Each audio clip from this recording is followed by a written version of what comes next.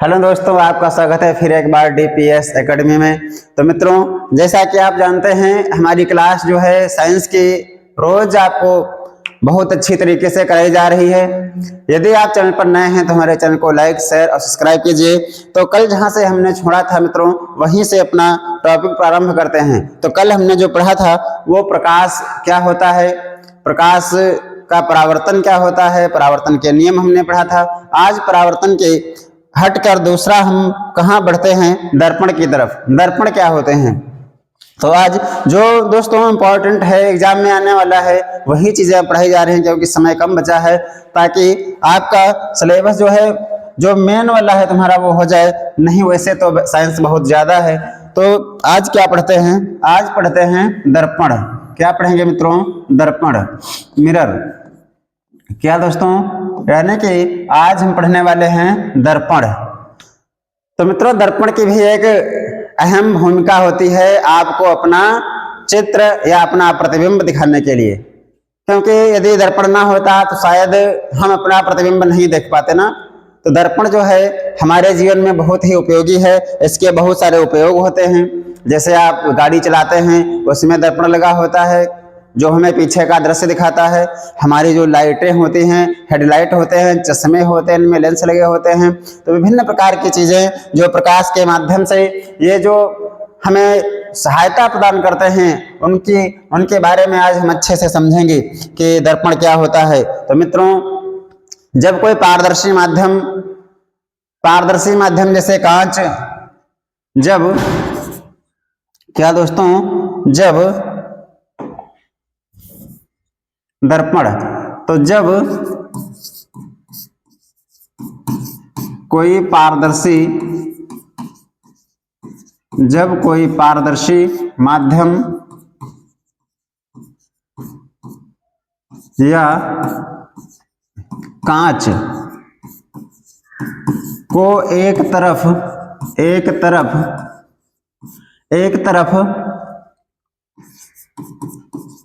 तरफ पालिश या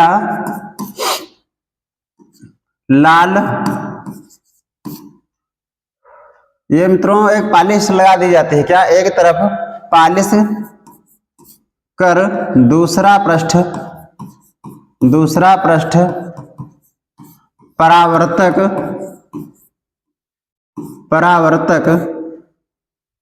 दूसरा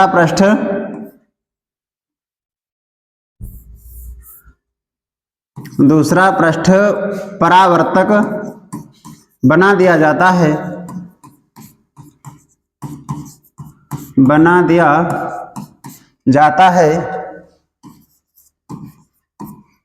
दर्पण कहलाता है। दर्पण कहलाता है। क्या मित्रों, दर्पण क्या होता है, तो जब कोई पारदर्शी माध्यम जैसे कांच, इस पर क्या होता है मित्रों, एक तरफ कलई कर दी जाती है। क्या मित्रों, लाल कलई या पालिश कर दिया जाता है, तब हमको दूसरे वाले पृष्ठ से हमारा प्रतिबिंब दिखाई पड़ता है। तो यानी कि दर्पण जो होता है वो क्या होता है, कांच का एक टुकड़ा होता है पारदर्शी, उस पर क्या होता है, एक तरफ क्या लगी होती है, पालिश लगी होती है मित्रों। और पालिश जब लगा दी जाती है तब हमको हमारा प्रतिबिंब उसमें दिखाई देने लगता है। प्रतिबिंब का मतलब दोस्तों छाया होता है, यानी कि हमारा जो चेहरा है कब दिखेगा, जब दर्पण पर एक तरफ पालिश होगी। तो दर्पण किसे कहते हैं, तो दर्पण जो होता है एक तरफ पालिश किया हुआ कांच का या कोई चमकीला पारदर्शी माध्यम होता है जिस पर पालिश होती है, और पालिश होने के बाद हमको बहुत अच्छे तरीके से हमारा उसमें चेहरा दिखाई पड़ता है। अब जो दर्पण होते हैं, इनके भी कई प्रकार होते हैं। इसके पहले हम बता दें मित्रों कि प्रतिबिंब क्या होता है। क्या दोस्तों, प्रतिबिंब क्या होता है, प्रतिबिंब के बारे में जानते हैं कि प्रतिबिंब किसे कहते हैं। प्रतिबिंब, क्योंकि प्रतिबिंब ही आगे हमें पढ़ना है। प्रतिबिंब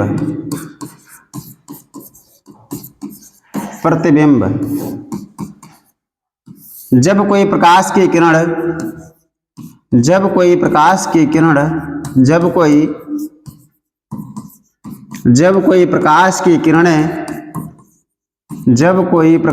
किरणें एक बिंदु से चलकर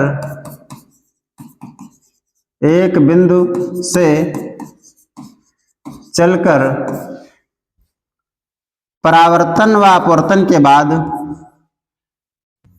परावर्तन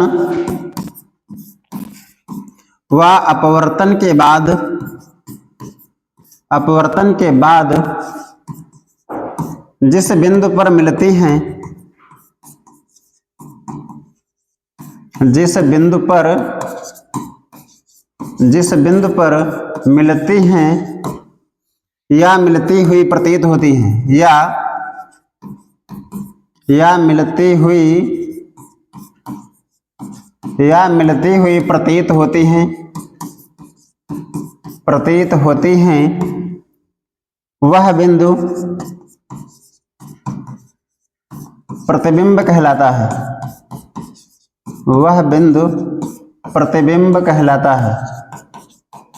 क्या होगा मित्रों, जहां पर दो प्रकाश की किरणें अपवर्तन या परावर्तन के बाद जिस बिंदु पर मिलती हैं या मिलती हुई प्रतीत होती हैं, तो उस बिंदु पर बने जो आकृति होती है उसी को हम क्या कहते हैं, प्रतिबिंब कहते हैं। और ये प्रतिबिंब जो होते हैं दो प्रकार के होते हैं मित्रों। कितने प्रकार के प्रतिबिंब जो होते हैं, ये दो प्रकार के होते हैं।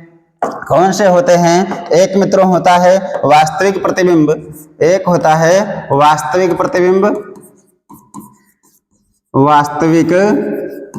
वास्तविक प्रतिबिंब, और एक मित्रों होता है आभासी प्रतिबिंब। कैसा? आभासी प्रतिबिंब। एक मित्रों होता है कैसा? आभासी प्रतिबिंब। अब जो प्रतिबिंब होते हैं ये आभासी और वास्तविक, इनमें क्या होता है, इसमें जो होती है किरण क्या होती है, वास्तव में मिलती है। क्या दोस्तों?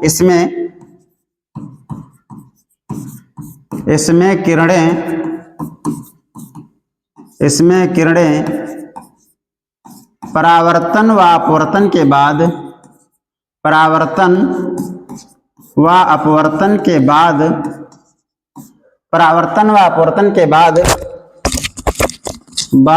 वास्तव में मिलती हैं। वास्तव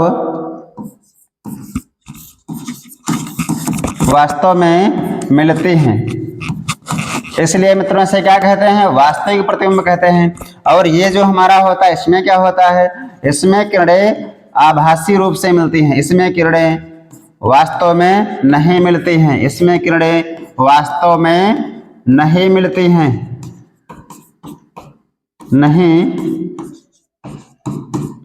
नहीं मिलती हैं। क्या मित्रों?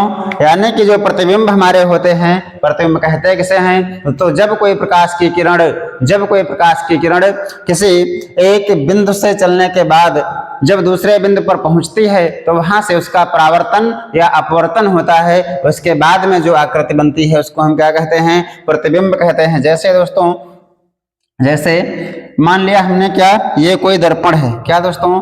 ये कोई क्या है? दर्पण है। अब हम क्या करेंगे, यहाँ से एक रेखा ऐसे खींची जाती है जिसको हम मुख्य अक्ष कहते हैं। और इस मुख्य अक्ष पर क्या मित्रों, इस मुख्य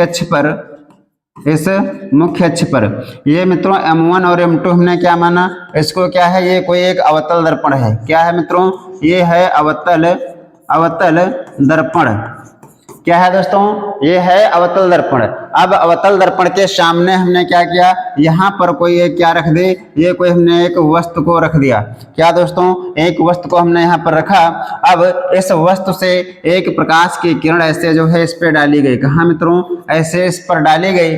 अब ये किरण जो है, किरण क्या होगी, यहाँ से होकर ऐसे आएगी। क्या मित्रों? यहाँ पर एक बिंदु होता है जिसे हम मुख्य फोकस कहते हैं। और दर्पण की जो मुख्य अक्ष होती है उसके समांतर चलने वाली किरण दर्पण से टकराने के बाद वह क्या होती है, मुख्य फोकस से होकर जाती है। इसको आगे हम अच्छी तरीके से समझेंगे। तथा दूसरी जो किरण होती है वो कहाँ से जाती है, इसके वक्रता केंद्र जो सेंटर होता है यहाँ से होकर जाती है। और जहाँ पर दोनों किरणें काटती हैं वहां पर जो होता है इसका प्रतिबिंब बनता है। तो मित्रों ये जो वस्तु हमारी है, इस वस्तु का प्रतिबिंब कहाँ पर है, इसका प्रतिबिंब ये वाला बन रहा, कैसा बन रहा, ये बन रहा उल्टा। इसका नाम हमने ए डैश और बी डैश कर दिया।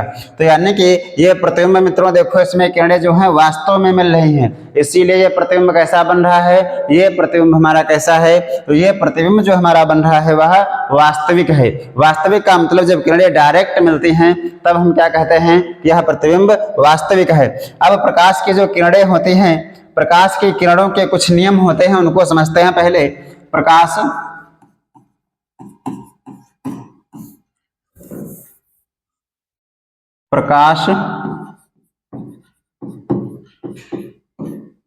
के किरणों के कुछ नियम, प्रकाश की किरणों के चलने के नियम। तो दोस्तों जो प्रकाश होता है, इसके चलने की किरणों के कुछ नियम होते हैं, 3 नियम होते हैं। जैसे जब कोई प्रकाश की किरण मुख्य अक्ष के समांतर जाती है, क्या दोस्तों, जब कोई प्रकाश की किरण, जैसे हमने माना ये कोई क्या है, दर्पण है, अब इसके दर्पण के बीच में जो रेखा ऐसे जाती है, मध्य बिंदु से होकर जाते ना, उसको हम कहते हैं मुख्य अक्ष। ये मित्रों कौन सी रेखा है, ये है मुख्य अक्ष। यहाँ पर क्या होता है, यहाँ पर होता है मुख्य फोकस, और यहाँ पर क्या होता है, ये होता है वक्रता केंद्र। तो जब कोई प्रकाश की किरण क्या होती है, ऐसे सीधे जाती है, इस मुख्य अक्ष के समांतर जाती है, तो वह किरण हमेशा कहाँ से जाएगी, इसके मुख्य फोकस से होकर लौटती है। यानी कि जब दर्पण से टकराएगी, दर्पण से टकराने के बाद वो कहाँ से होकर जाएगी, तो इसका जो मुख्य फोकस होता है, मुख्य फोकस से होकर गुजर जाती है। उसके बाद में अगला नियम क्या है दोस्तों, ये हमारा नंबर 1 हुआ। और नंबर 2 क्या है, नंबर 2 हमारा है मित्रों कि यदि कोई प्रकाश की किरण, ये मित्रों क्या है, अवतल दर्पण ये भी है। अब इसमें क्या हुआ, ये हमारी क्या मुख्य अक्ष है।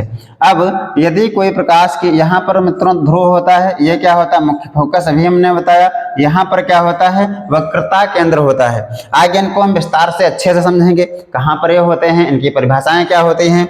यहाँ पर फिलहाल इतना समझना है कि प्रकाश की जो किरणें होती हैं, उनकी चलने की गति क्या होती है, कैसे ये परावर्तित होंगी, परावर्तित होने के बाद में ये कहाँ से जाएंगी होकर, उसके बारे में हम अच्छे से समझेंगे। जैसे प्रकाश की किरण यहाँ से जो भी हमने पढ़ा कि समांतर जाने वाली किरण कहाँ से जाती है, मुख्य फोकस से होकर गुजरती है। लेकिन क्या होता है मित्रों, यदि कोई प्रकाश की किरण इसके वक्रता केंद्र से होकर जाती है, तो वह किरण क्या होती है, पुनः सीधे उसी माध्यम में वापस लौट आती है। क्या होती है दोस्तों, यदि कोई प्रकाश की किरण दर्पण के वक्रता केंद्र से होकर जाती है, तो वह किरण परावर्तित होने के बाद जैसे ही दर्पण से यहाँ पर टकराएगी, टकराने के बाद पुनः उसी माध्यम में वापस लौट जाती है। तो याद रखना मित्रों, पहला नियम क्या है, यदि कोई प्रकाश की किरण मुख्य अक्ष के समांतर जाती है, तो वह हमेशा कहाँ से निकलेगी, कहाँ से निकलेगी दोस्तों, मुख्य फोकस से निकलती है। और यदि कोई प्रकाश की किरण कहाँ से जाती है, वक्रता केंद्र से होकर जाती है, तो वह प्रकाश जब यहाँ पर लाइट टकराएगी ना, तो टकराने के बाद पुनः उसी माध्यम में, यानी कि जिधर से आया उधर चली गई ना, तो यानी कि प्रकाश की किरण जहां से आती है, दर्पण से केंद्र से जाएगी, तो वह किरण जो है पुनः उसी माध्यम में वापस लौट जाएगी। अब इसके बाद में नंबर 3 एक मित्रों और है, नंबर 3 क्या है, जब कोई प्रकाश की किरण, जैसे हमने फिर से बनाया क्या, एक कोई ये दर्पण बनाया, इसका नाम क्या है मित्रों, अवतल दर्पण। अवतल दर्पण की परिभाषाएं क्या होती हैं, इनको हम भी बताएंगे। पहले यहाँ पर जो है समझते हैं प्रकाश की जो किरणें होती हैं, उनके और क्या नियम हो सकते हैं। जैसे यहाँ पर अब कोई, यहाँ पर मित्रों क्या होता है, ध्रुव होता है, यहाँ पर क्या होता है, मुख्य फोकस होता है, बार बार बता रहे हैं इसको, ये क्या है, वक्रता केंद्र है। अब यदि कोई प्रकाश की किरण इसके मुख्य फोकस से होकर आती है, कहाँ से दोस्तों, मुख्य फोकस से होकर आती है, तो वह क्या होगी, दर्पण से टकराने के बाद मुख्य अक्ष के समांतर हो जाती है। क्या दोस्तों, जब कोई प्रकाश की किरण दर्पण के मुख्य फोकस से होकर आती है, तो दर्पण से टकराने के बाद वह मुख्य अक्ष के समांतर हो जाती है। तो मित्रों तीनों नियम समझ में आए। पहला हमारा क्या है, जब कोई किरण मुख्य अक्ष के समांतर जाती है, तो दर्पण से टकराने के बाद कहां से निकलेगी, मुख्य फोकस F से निकलती है। और दूसरा है, जब कोई प्रकाश की किरण वक्रता केंद्र से होकर जाती है, तो वह टकराने के बाद दर्पण से पुनः उसी माध्यम में सीधी वापस लौट जाती है। और तीसरा रूल हमारा क्या है मित्रों, यह हमारा है जब कोई प्रकाश की किरण मुख्य फोकस से होकर आती है तो वह परावर्तन या अपवर्तन के बाद इस मुख्य अक्ष के समांतर हो जाती है। क्या मित्रों, समांतर हो जाएगी यानी कि अपवर्तित। अब मित्रों एक बात ध्यान रखना, कल हमने आपको बताया था कि जो किरण आती है उसका नाम क्या होता है, आपतित किरण, और जो ये वाली किरण होती है इसको हम कहते हैं परावर्तित किरण। क्या मित्रों, आपतित किरण और परावर्तित किरण, परावर्तित किरण। तो मित्रों ये जो आने वाली किरण होती है कौन सी, आपतित, और वापस लौटने वाली परावर्तित किरण।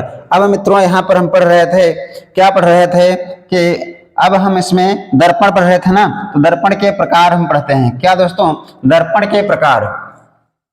सबसे पहले दर्पण तो हमने पढ़ा कि क्या होते हैं, तो दर्पण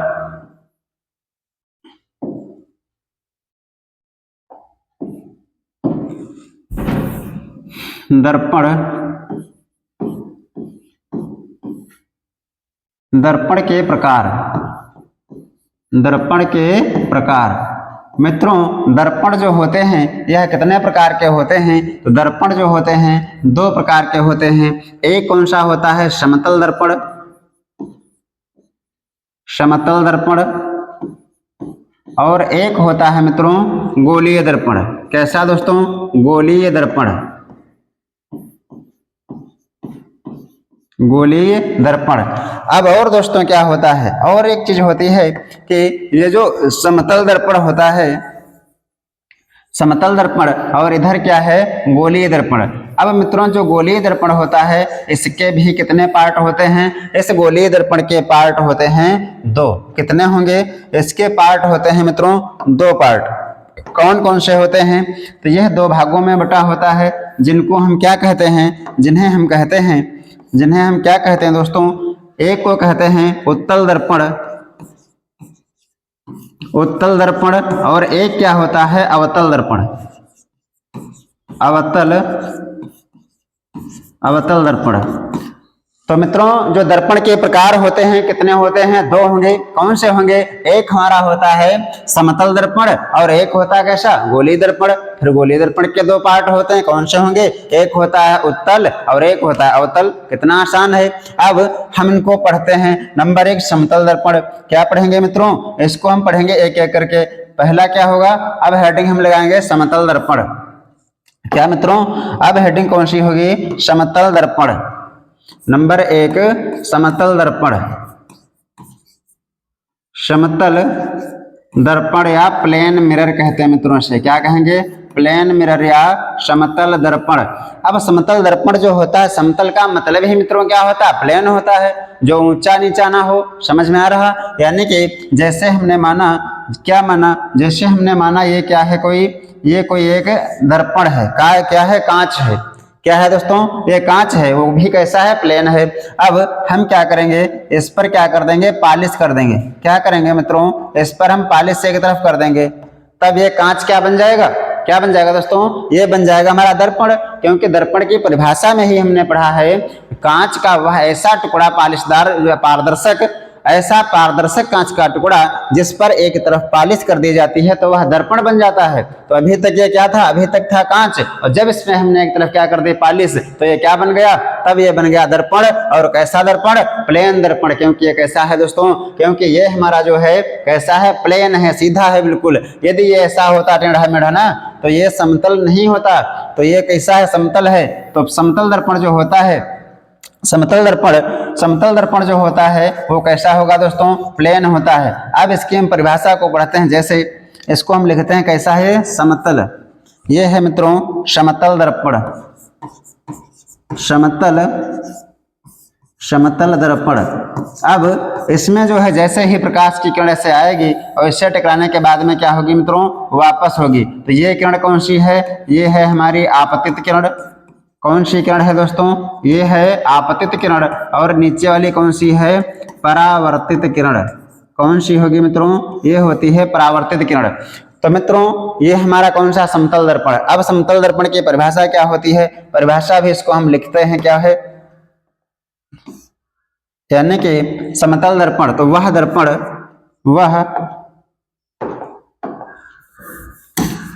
वह दर्पण, ऐसा दर्पण, क्या मित्रों, ऐसा दर्पण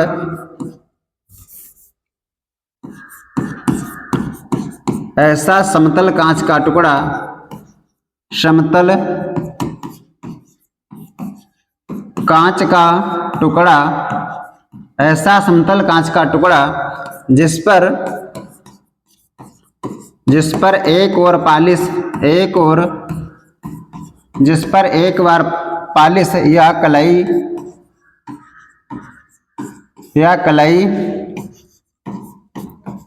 कर दी जाती है, समतल दर्पण कहलाता है, समतल दर्पण कहलाता है, समतल दर्पण कहलाता है। तो मित्रों समतल दर्पण को हमने पढ़ा, क्या होता है, एक ऐसा समतल कांच का टुकड़ा जो पारदर्शी हो, उस पर क्या कर दें, एक तरफ पॉलिश लगा दें तो क्या बन जाएगा, समतल दर्पण। अब समतल दर्पण जो होता है इसकी कुछ विशेषताएं होती हैं, बहुत ही इंपॉर्टेंट, समतल दर्पण की विशेषताएं,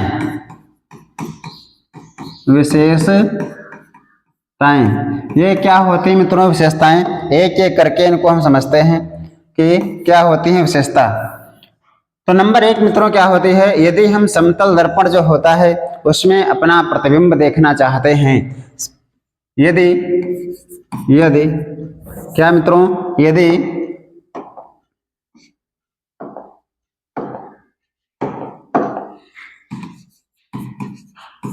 समझते हैं मित्रों पहले, यदि मित्रों कोई समतल दर्पण रखा हुआ है और समतल दर्पण पूछा जाए इसमें प्रतिबिंब कैसा बनता है, तो इसमें जो प्रतिबिंब कैसा बनता है, इसमें प्रतिबिंब जो होता है वह कैसा बनता है, तो बराबर बनता है, वस्तु क्या कैसा बनेगा, बराबर बनता है, बराबर बनेगा। और प्रतिबिंब जो होगा वो बराबर कब बनेगा, ऐसा भी है, यानी समतल दर्पण में हम अपना प्रतिबिंब पूरा देखना चाहते हैं, समतल दर्पण कोई है उसमें हम अपना पूरा प्रतिबिंब देखना चाहते हैं, यानी पूरा जितना हमारा शरीर है उस सबको, उस पूरा शरीर को देखना है। तो अब मित्रों दर्पण की लंबाई कितनी होना चाहिए, ये क्वेश्चन आता है कि समतल दर्पण में अपना पूरा प्रतिबिंब देखने के लिए समतल दर्पण की लंबाई कितनी होनी चाहिए। तो मित्रों जो लंबाई आपकी होनी चाहिए वह कितनी होनी चाहिए, वह लंबाई आपके लंबाई की आधी होनी चाहिए। जैसे आप यदि 5 फुट के हैं तो दर्पण कितना होना चाहिए, वो 2.5 यानी कि 2.5 फुट का होना चाहिए। जब आपकी लंबाई की आधी लंबाई का दर्पण होगा समतल, तभी आपका उसमें पूरा प्रतिबिंब बनेगा, अन्यथा नहीं बनेगा। और पूछा जाता है यदि कोई व्यक्ति समतल दर्पण की तरफ आ रहा है तो उसकी चाल में वृद्धि होगी या कमी होगी। तो मित्रों आपको बता दें, यदि कोई व्यक्ति समतल दर्पण की तरफ जा रहा है तो उसका वेग कितना हो जाता है, 2 गुना हो जाता है। कितना हो जाएगा, 2 गुना हो जाता है। जैसे आप 2 किलोमीटर प्रति घंटे की स्पीड से जा रहे हैं तो आपकी स्पीड कितनी होगी, 4 किलोमीटर प्रति घंटे हो जाएगी, यानी कि डबल हो जाती है। एक प्रश्न और यहां से बनता है कि जब 2 समतल दर्पणों के बीच किसी व्यक्ति को बैठा दिया जाए तो उस व्यक्ति के कितने प्रतिबिंब बन सकते हैं। तो मित्रों उसमें अनंत बनते हैं। अभी बता रहे हैं, एक एक करके पहले समझते हैं कि समतल दर्पण जो होता है इस दर्पण में, इसमें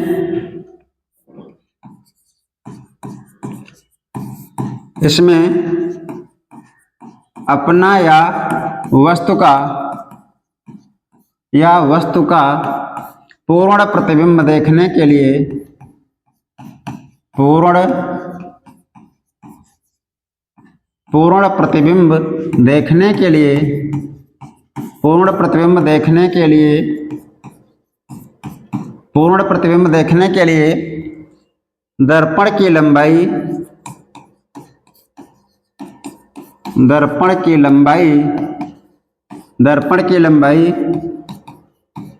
वस्तु की लंबाई की आधी होनी चाहिए। कितनी दोस्तों, आधी होनी चाहिए, आधी होनी चाहिए। यानी कि हमको समतल दर्पण में अपना पूरा प्रतिबिंब देखना है तो दर्पण की लंबाई कितनी होनी चाहिए, दर्पण की लंबाई जो है वहां पर कितनी होनी चाहिए, आधी होगी, तभी हमारा पूरा प्रतिबिंब दिखाई पड़ेगा। नंबर 2 मित्रों क्या होगा, नंबर 2 यदि समतल दर्पण की तरफ दर्पण की तरफ, समतल दर्पण की तरफ कोई व्यक्ति जा रहा है तो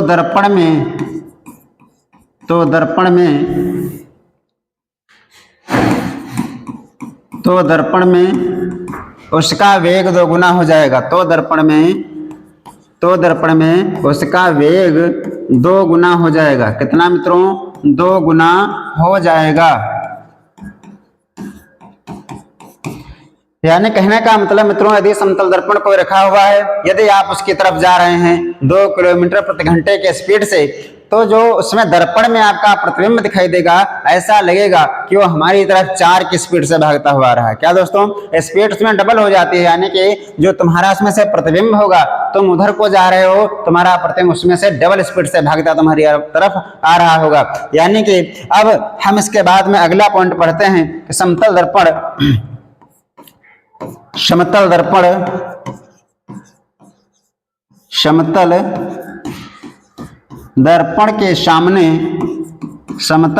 के सामने किसी वस्तु को घुमाने पर,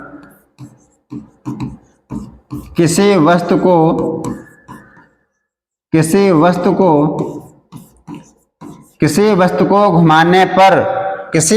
घुमाने पर दर्पण में उसका प्रतिबिंब दर्पण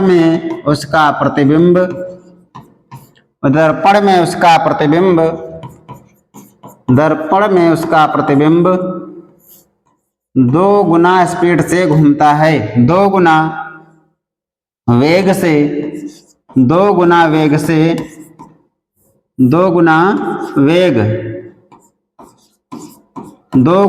से घूमता है। क्या होगा मित्रों?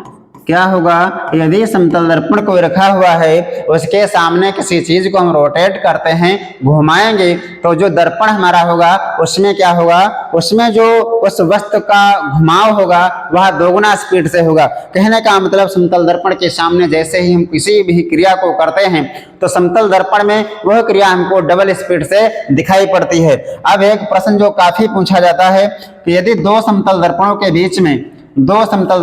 बीच में यदि किसी व्यक्ति को बैठा दिया जाए या किसी वस्तु को रख दिया जाए, तो मित्रों इसके प्रतिबिंब कितने बनेंगे? जैसे मित्रों बता रहे हैं, जैसे एक यहाँ पर क्या है, एक हमने क्या बना दिया, यहाँ पर एक समतल दर्पण इधर रखा हुआ है।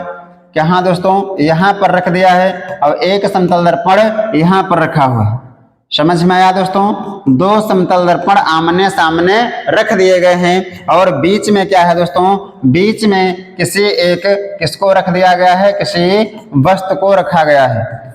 बीच में क्या कर दिया? बीच में हमने ये एक क्या रख दी? कोई एक वस्तु रख दी। वस्तु क्या बना दो इसमें कार्टून मित्रों, ये कोई जो है एक इसमें घुंचुराम बैठे हैं। अब क्या है? इसके पूछेगा इसके प्रतिबिंब कितने बन रहे हैं, इसके प्रतिबिंब। यानी कि एक समतल दर्पण इन भाई साहब के इधर लगा दिया गया है और एक लगा हुआ है इधर। पूछेगा 2 समतल दर्पण जो हैं इनके बीच में कितने प्रतिबिंब बनेंगे, तो इसकी छाया ये गिन नहीं पाएगा कितने हम बन रहे हैं, क्योंकि इसमें कितने बनते हैं मित्रों? इसमें जो प्रतिबिंब बनेंगे इसके अनंत बनते हैं। कितने बनेंगे? अनंत बनते हैं। आप लोग जो भाई नाई की दुकान पे गए होंगे, देखे होंगे उसमें 2 समतल दर्पण लगे होते हैं, और अपनी मुंडी देखोगे तो लगातार जहां तक दिखाई पड़ता है दिखती रहती है। इसका मतलब 2 समतल दर्पणों के बीच में जो प्रतिबिंब बनते हैं उनकी संख्या कितनी होती है? तो वह अनंत होती है। काफी, यानी कि ये इसको नहीं पता चलेगा कितने प्रतिबिंब बन रहे हैं, जहां तक देख पाता है इसके सर दिखते चले जाते हैं। तो यही प्रश्न आता है कि 2 समतल दर्पणों के बीच में रखी किसी वस्तु के प्रतिबिंब को देखना है, तो प्रतिबिंबों की संख्या कितनी होगी? 2 समतल दर्पणों के बीच, 2 समतल दर्पण जब आमने सामने रखे हों, जब आमने सामने रखे हों, तो उनके बीच रखी वस्तु के प्रतिबिंब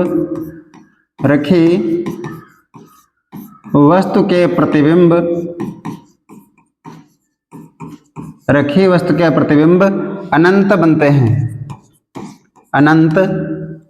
अनगिनत। अनंत का मतलब मित्रों क्या होता है, जिनको हम गिन ना सके, अनगिनत बनते हैं।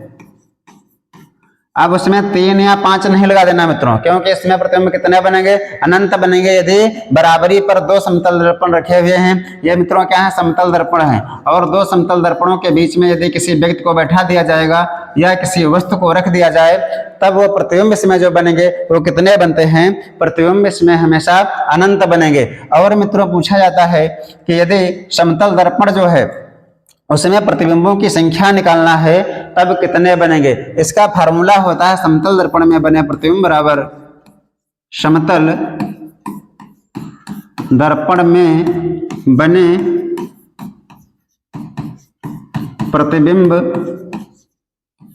प्रतिबिंबों की संख्या निकालनी है। तो यह मित्रों होता है 360 माइनस 360 बटे थीटा माइनस का 1। क्या मित्रों, ये फार्मूला एक होता है प्रतिबिंबों की संख्या निकालने का। यदि हम इसमें प्रतिबिंबों की संख्या निकालें, जैसे समझा रहे हैं क्या होता है इसका मतलब, जैसे ये हमने क्या कर दिया, फार्मूला को लिख दिया। अब 2 समतल दर्पण हैं, कितने मित्रों, 2 समतल दर्पण। अब उनको हमने क्या किया, 90 अंश के कोण पर रख दिया। एक दर्पण इधर लगा दिया और एक दर्पण जो है यहाँ पर लगा दिया गया। 2 दर्पण जो हैं कितने अंश पर रखे हुए हैं, 90 अंश के कोण पर हमने क्या कर दिया, इनको रख दिया कितने अंश पर, 90 अंश पर। अब यहाँ पर क्या है, कोई एक वस्तु रखी है, ये कोई एक वस्तु रखी है, ये कितने के कोण पर रखी है, तो ये कोण पर रखी है हमारी कितने, 90 के अंश पर। कितने दोस्तों, 90 अंश के कोण पर ये कोई एक वस्तु रखी है। अब इस वस्तु को हम क्या करेंगे, पूछेगा इससे कि इसमें बताओ कितने प्रतिबिंब बनेंगे। तो ये हमारा 90 अंश का कोण बन रहा है। अब वस्तु को कहाँ रखा गया है, वस्तु को यहाँ पर रखा गया है। कहाँ मित्रों, यहाँ पर कोई एक वस्तु रखी गई है। अब पूछेगा कि इस दर्पण में इसके कितने प्रतिबिंब बन रहे हैं। तो प्रतिबिंबों की संख्या निकालने के लिए इस फार्मूले में हम क्या करेंगे, मान रखेंगे 360 बटे थीटा कितना है दोस्तों, ये वाला कोण कितना बन रहा है यहाँ पर, ये 90 का है। तो नीचे क्या लिखेंगे, 90 माइनस का कर देंगे 1, 9 चौक 36 यानी कि 4 आएगा आंसर तुम्हारा। 4 माइनस का 1 यानी कि जो उत्तर हमारा आएगा 3। तो प्रतिबिंबों की संख्या इसमें कितनी होगी, प्रतिबिंबों की संख्या 3 आएगी ना। यदि आपको समझ में आया हो तो घर में जाना, 2 समतल दर्पण ऐसे करके रखना और बीच में किसी वस्तु को रखना, फिर उसमें गिनकर देखना कितने बन रहे हैं, तो आंसर उसमें 3 आएगा। 3 प्रतिबिंब आपको दिखाई देंगे। एक और बताते हैं, जैसे मान लो 2 समतल दर्पण हैं।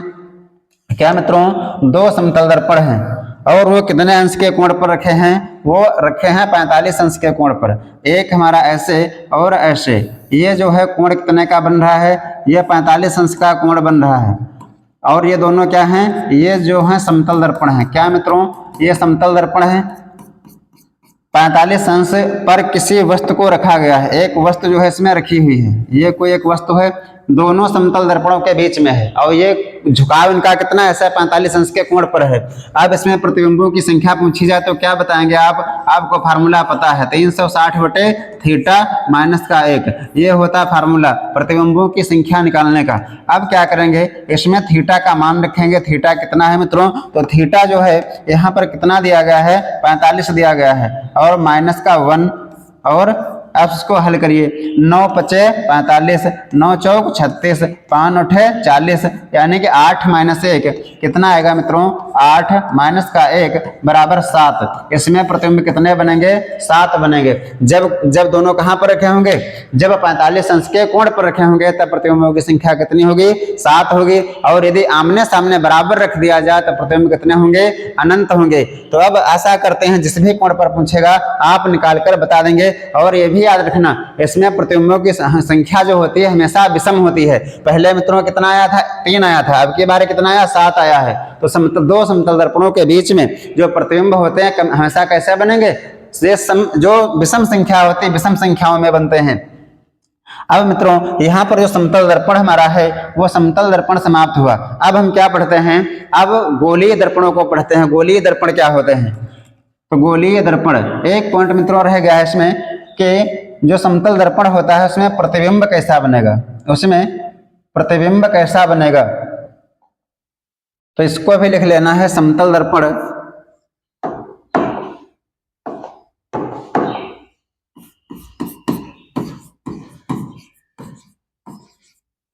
समतल दर्पण में प्रतिबिंब, समतल दर्पण में प्रतिबिंब सीधा और बराबर बनता है। कितना मित्रों? बराबर बनेगा,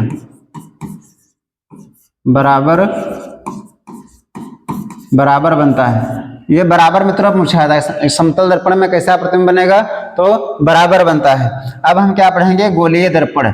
इसके बाद में मित्रों गोलीय दर्पण। तो गोलीय दर्पण मित्रों आज जो है समय हो चुका है, अगली जो है क्लास हम कल करेंगे गोलीय दर्पण से। तो कल आप सभी लोगों को आना है और कमेंट करके जरूर बताना है कि हमारी क्लास आपको कैसी लग रही है। उसी हिसाब से हम आपको बेहतर कंटेंट देने की कोशिश करेंगे। तो मित्रों कौन सा टॉपिक कल पढ़ना है? गोलीय दर्पण, और पीछे का रिवाइज करके आना। हम जो है कल क्वेश्चन भी यहाँ से पूछेंगे जो क्लास हमने पढ़ाई है। तो मित्रों बने रहिए हमारे के साथ और अपनी साइंस को और भी बेहतरीन करिए, क्योंकि एग्जाम आपके आने वाले हैं और हम कोशिश करेंगे कि आपका जो साइंस सब्जेक्ट है इसको एग्जाम तक कई बार करा दिया जाए, क्योंकि थ्योरी तो चल रही 1.5 महीने में हो जाएगा पूरा। उसके बाद में जब अनसार्ट कराएंगे तब भी आपको साथ में थोड़ा थोड़ा बताते चलेंगे, ताकि 70 में 70 आपका टारगेट पूरा हो सके। इसी के साथ सभी साथियों को, प्यारे साथियों, जय हिंद, जय भारत।